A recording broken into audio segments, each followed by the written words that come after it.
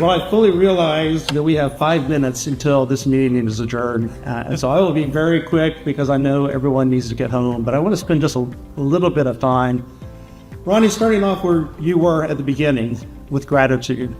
And again, a big thanks to everyone that's still here, that has spent the last 2 days being part of this. This has been very helpful to me. It's helpful to me to be able to tell the story and to feel very comfortable that we have been good stewards of the resources that were allotted to us, that the research is moving forward and you're doing great work. I thank the people in uniform, the people that are here today and the ones that were here yesterday. This really is important that we're working together, and appreciate you being part of this. Jim asked me to kind of give some remarks of kind of the overall impression, and I go back to the why. Why are we here? And I think we heard a little bit about that from Mark yesterday after the tragic events that occurred in his life. I also remind ourselves that if you look at the statistics, the number one reason that young people die is because of trauma. And we heard that the battlefield has changed, and if we want to be ready to protect our young folks as they go overseas to the new battlefield, that we really need to have breakthroughs, that we cannot rely upon the current tool chest that we have. We saw a little bit about that yesterday with whole teams coming into individuals and, hundreds of units of blood being used to save one individual. And if we are going to be in the midst of a conflict like is going on right now in Ukraine and Russia, we're going to have better tools to save the lives of those young individuals. Another part of the why is, why are we here in the University of Texas system? I would again argue that there's not a better university entity, system that's better positioned to be part of this than the University of Texas system. When you look at our breadth across our 14 universities, if you look at their tools that they've had, it's been a privilege as being part of the advisory committee to tour, to see the capabilities at UTMB, their large animal facilities, to see the capabilities at UT Southwestern, in San Antonio, in Houston. It's really pretty amazing. And to realize that half the level 1 trauma centers in the state of Texas are partnered with the University of Texas system. We have 4 CTSAs. We're really well positioned to do this. And then you couple that with a long history of collaboration in San Antonio with the military forces. I think we're in a unique position to do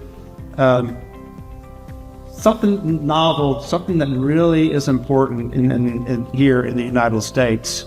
We also heard yesterday that the federal government hasn't invested in this, and that's why it's reassuring to me that $20 million that we worked for last session to get put into the budget is still there.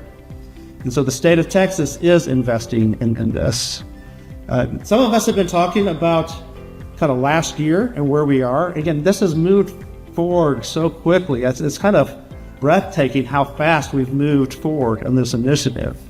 Ronnie, I think it was about 3 years ago, after we had worked with the Army's Futures Command and developed a CRADA and an EPA and tried to think through what's next, that this idea came out of TRC-4.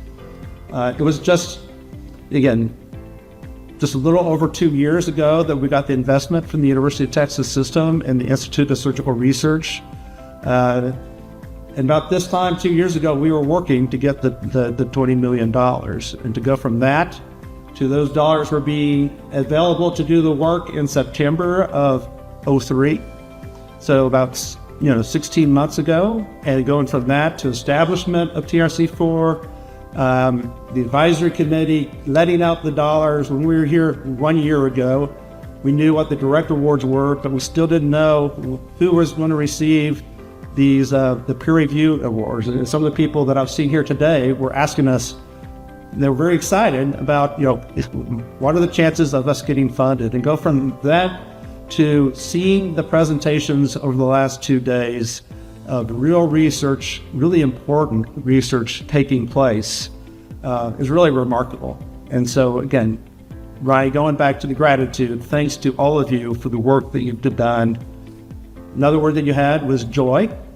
And just sitting here and seeing the progress that has taken place, the consensus, the collaboration that's taking place across our universities, and the bias for action, moving forward and doing something real, because we owe it, again, to the young individuals in the United States, whether they're in uniform or not in uniform, to be smarter, quicker, faster, when unfortunately they are injured anywhere. And so thank you for being here. I look forward to what's going to occur over the next several years. The $20 million we have now, we're working on a federal component, and look forward to next year about hearing from the individuals that are funded this time, and hearing from the people that were funded before about how you've been able to move your research forward, been able to garner federal funds or other things to move forward here and really move this initiative forward. And so, Jim, thank you for your leadership, and thank you to all the members that are part of the advisory committee, and for all of you who have stuck through the last 2 days. Thank you for being here. Thank you.